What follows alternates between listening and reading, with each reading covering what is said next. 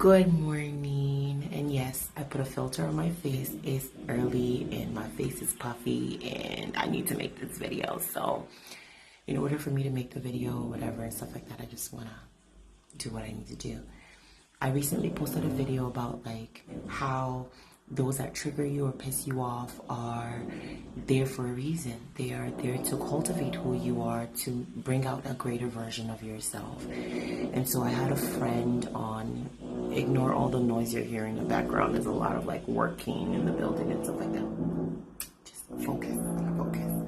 So like she asked, is there scripture for this, right? And so I have quite a bit of different examples that I wanted to use, but I wanted to use a New Testament one because that's the most, like, that's the one that's going to speak to who all of us are right now the most. And the example is Jesus and Judas, okay?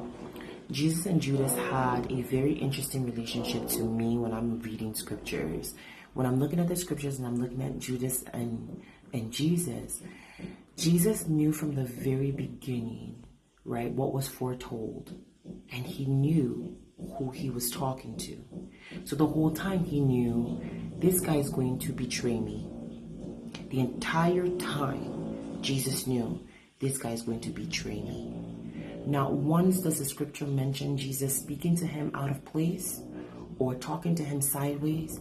He treated all of them the same. And the reason we know this is because when you read John, I believe it's John 13, if you start at like, I think after verses 27, when Jesus tells him, go and do what you need to do, after that, the disciples were like, even after God, like after Jesus hands him the morsel, like he dips the morsel of bread in the broth or soup or whatever the thing was or whatever and hands it to him and says, you go do what you need to do, right? The disciples didn't even take that moment as a sign like, oh, it's Judas he's talking about. They were still wondering, like, because Judas was the one that was taking care of the money, or he was a treasurer, they thought that in that moment Jesus was asking him to go do something in terms of like, okay, he's gonna go buy something or whatever. So that tells you that is huge. Like, that blew my mind. Like, the fact that Jesus treated them so good that even in that moment where he's exposing who the enemy is amongst them, or what enemy, right? They still don't know. They had no idea that that's what was happening in that moment. But what I find particularly interesting that actually supports my claim in that video is this. In that scripture, I think verses 27, I want to say verses 27 says something very, very interesting. It says, the ESV version says that Satan entered Judas. Okay. The Mirror translation, which is my favorite, okay? The Mirror translation says that Satan fully engaged his mind. I like that better because it's a different depiction of like, they're like, well, we're Christians, so we can't be possessed, right? It brings up that whole conversation. But the enemy can engage your mind, and that's the same thing as a possession or a influence, right? It's more of an influence than a possession. Now, if he has full control, okay? But this scripture is painting a very specific picture. So in my mind, I'm like asking questions like, does that mean that the whole time Jesus's presence around Judas was preventing him from operating in that thought type of thing? Like, he was kind of good for his mental health in a sense, right? Because there's another instance where the lady comes and pours oil on Jesus's feet, and Judas is like, blah, blah, blah, blah, blah. There are poor people here. We could have used it or whatever, blah, blah, blah, blah, blah. Like, intercepting. And I feel like that's his personality, right? So he's easily swayed, where the devil could have had access to his mind multiple times. You know what I'm saying? So it's kind of weird that, like, it was this instance that Jesus is now saying that the devil now had full... Sorry guys, it's morning. Full access to his mind, right? Anyways, I say all of that to say this.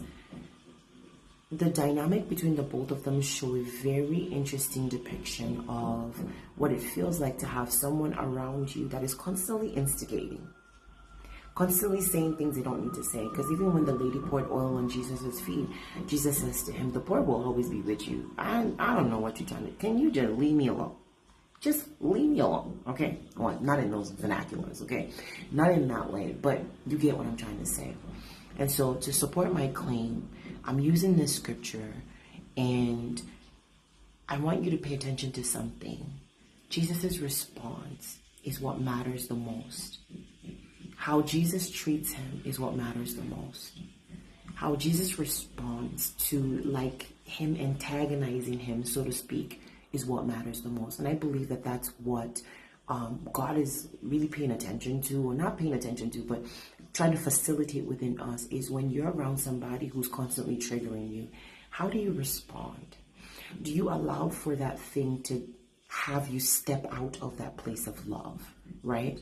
Another example is Jesus is going through this trial situation or whatever, people spitting on him. I'm talking about when he's going to the cross, right? And he gets on the cross or whatever and stuff. Well, not gets on the cross, they put him on the cross. But like, and at that point, his response to everything that's happening to him is, Father, forgive them, for they know not what they do. That's love.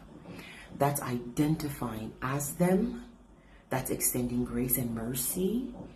That's not you like, how dare they, right? That's love. That depiction right there solidifies what God is trying to do with us. Is all these scenarios of enemy, haters, and all these things, you have these encounters to elicit a particular response. Like, it's almost like God is waiting for you to get to that point where you have a specific type of response. Like, how would you respond to this? Let me give you another scenario. How will you respond to this? How will you respond to this? And you keep getting opportunities, right, to develop yourself. And so triggers show you where you need healing, because healing actually is belief systems. You are getting rid of belief systems, and you're installing or instilling new belief systems that causes you to act differently. And that's what changes your mode of operation, right? Is when the belief systems change, you behave differently. And so that's what healing is. And so when you're triggered, it brings it up for you to see where you need something removed or something instilled, right? And usually it's something removed, right? It's a belief that you're believing about yourself that's faulty, that is not kingdom, that is not serving you, that needs to be altered or changed. And so that's my premise for that last video, is God is essentially looking to grow you in that space of that space where you're responding to things. How do you respond when someone is wicked? How do you respond when someone is mean? How do you respond when someone is vindictive? How do you respond if someone spites you, right? It is that place that these people are facilitating. That's the relationship, right?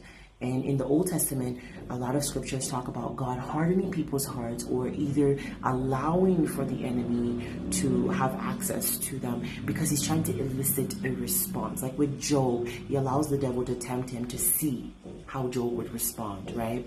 With Pharaoh, he hardens Pharaoh's heart to facilitate this process of, like, Moses, go back and talk to him.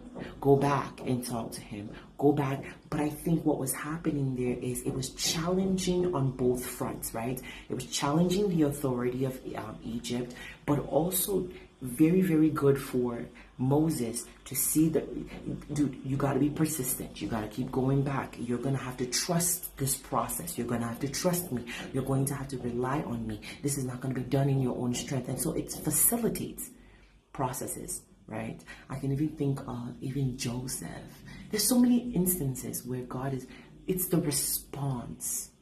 It's the response. And so, yeah, that's my response to, like, what's the scripture? There's a lot of scriptures, but the scripture that I would use is the one particularly Jesus and Judas, and that's John 13, starting at verses 20. And if you just read down, it's that moment of the Passover where he's handing him the bread and he's saying, this is your moment. The covering has lifted.